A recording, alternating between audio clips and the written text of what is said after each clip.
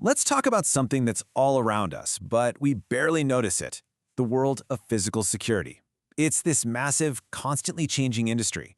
And today, we're going to pull back the curtain and ask a really big question. Is it just a bunch of jobs, or is it on its way to becoming a true profession? Okay, let's get into it. Someone who works in this field once said, security is too much until it is not enough. And wow, that just hits the nail on the head, doesn't it? It's this thing that feels like an unnecessary cost, just humming along in the background, until the moment something goes wrong, and then it's literally the only thing that matters. The stakes are just incredibly high. And just how big is this so-called invisible industry? Well, get a load of these numbers. We're talking about a $405 billion global market, and it employs over 30 million people full-time. To give you some perspective, that's more people than the entire population of Australia. It is a massive economic engine, and most of it is running just out of our sight. And that brings us to our first big idea. This industry is an overlooked giant. I mean, for something so huge and so important, it is profoundly misunderstood by almost everyone. Think about it. We see security folks everywhere, right? In our offices, at the airport, at concerts. But do we really see them?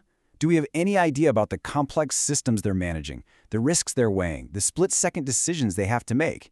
The truth is, their world is way more complicated than we give it credit for. So this all leads to the heart of the matter. Why are we even asking if an industry this huge is a profession? Well, it's because that word, profession, it actually means something very specific. See, a real profession isn't just any old job. It's got to be built on 4 key pillars. You need a specialized body of knowledge, something you can actually teach. You need formal standards for education. You need a code of ethics that everyone agrees to. And you need a governing body to make sure people are sticking to the rules. Think doctors, think lawyers, that's the model. Which brings us right back to the big question. With all those people and all that money, does physical security actually tick those boxes? Does it have those 4 pillars holding it up? And wow, when you put it side by side like this, the gap becomes crystal clear. You compare a security role to an established profession like a doctor, and the difference is stark. Where doctors have a clearly defined body of knowledge, medicine, securities is just all over the place. It's too broad. Doctors have intense educational requirements and a council setting standards. For security, not so much. It's totally non-standardized. And professional development? For doctors, it's constant relearning. For many in security, it's just based on how long you've been on the job. This really shows you the challenge they're up against. Now, you might be thinking, okay, so what? Does this labeling game really matter? Well, yeah, it matters more now than ever before, because the world that security professionals are trying to protect is changing at breakneck speed. For decades, the image of security was super simple, right? It was basically guns, gates, and guards. A physical wall to stop a physical threat. Pretty straightforward. But that old image, it's completely obsolete. The new reality is that a modern security professional has to be this multi-talented chameleon, someone who can adapt to a whole universe of different challenges. Because the threats today aren't simple anymore. They're deeply interconnected, they're sophisticated. We're talking about everything from global political conflicts spilling over into the workplace, to intense social divisions, to environmental disasters like floods and fires, and even the dark side of new tech like AI. The whole guns, gates, and guards idea, it just can't keep up. So, how in the world does an industry like this close that professional gap and get ready for these new threats? Well, the answer seems to lie in a pretty radical shift in thinking. It all starts by putting skills first. And this is the solution right here, a skills-first framework. The whole idea is to stop focusing on vague job titles or just how many years someone's been around. Instead, you focus on identifying, mapping, and actually developing the specific skills needed to handle today's world. It's about creating a common language for what a security pro actually needs to know how to do. And this skills-first approach completely changes the game. It moves the industry from an old protective model to a new connective one. The old way was all about being a siloed technical expert making decisions on your own.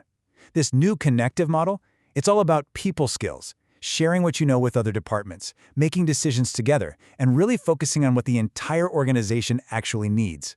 So here's the bottom line. Security can't just be the department of no anymore, tucked away in a corner. To really work today, it has to be a strategic partner that's woven into every single part of a business, from HR to IT to the C-suite. helping the whole company be stronger and more resilient. Okay, so that new mindset is the foundation. But if you're going to build a real profession, you need a blueprint. You need an actual framework for the future. And that's exactly what's being proposed. Building a unified physical security professional framework, or PSPF for short. Think of this as the bedrock, the solid ground that the new profession can be built on. The blueprint has 3 main steps.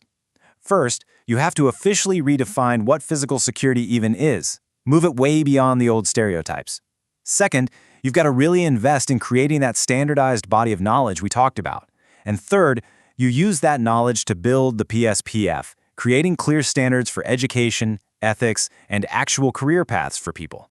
And I mean, just think about the ripple effect a framework like this would have. It would finally bring some clarity and real opportunity to the 30 million people working in this field.